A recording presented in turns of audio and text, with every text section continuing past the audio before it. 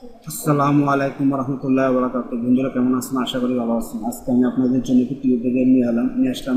টিউটোরিয়ালটি হলো আপনারা কীভাবে ডেস্কটপে স্ক্রিনের ব্রাইটনেস বাড়াতে পারেন এবং কমাতে পারেন। তাহলে আমরা শিখব কীভাবে ডেস্কটপ স্ক্রিনের ব্রাইটনেস কমাতে পারি, বাড়াতে পারি, এটা অ্যাডজাস্ট করা এখন আমরা শিখব। এখন আমি আমার পরবর্তী কার্যক্রম শুরু করার আগে আপনাদের কাছে আমরা একটু অনুরোধ করব, যারা আমার চ্যানেলে নতুন দয়া করে আমার চ্যানেলটা সাবস্ক্রাইব করবেন এবং বেল আইকন প্রেস করবেন। সাবস্ক্রাইব করলে সুবিধা হলো আমি এই নতুন ভিডিও মাত্র আপনারা নতুন ভিডিও দেওয়ার মতো আপনার নোটিফিকেশন বেলে পেয়ে যাবেন। তাহলে আর কথা না বলে শুরু করি। প্রথমে আমাদেরকে রাইট বাটন ক্লিক করতে হবে, সেখান থেকে পার্সোনালাইজে ক্লিক করতে হবে, সেখান থেকে ডিসপ্লেতে ক্লিক করতে হবে, এখান থেকে আমাদেরকে অ্যাডজাস্ট ব্রাইটনেসে ক্লিক করতে হবে, এখান থেকে চেঞ্জ প্ল্যান সেটিংয়ে ক্লিক করতে হবে। বন্ধুরা সরি একটু বুঝেছে।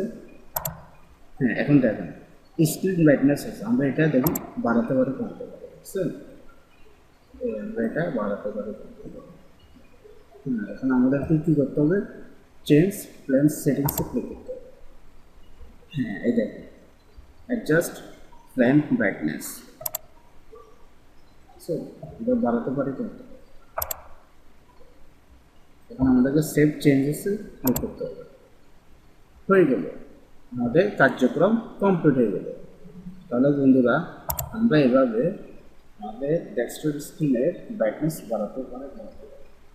তাহলে বন্ধুরা আপনাদের কাছে আমার একটা অনুরোধ করবো, যারা আমার চ্যানেল নতুন তাদের আমার চ্যানেল সাবস্ক্রাইব করবেন এবং বেল আইকন প্রেস করবেন।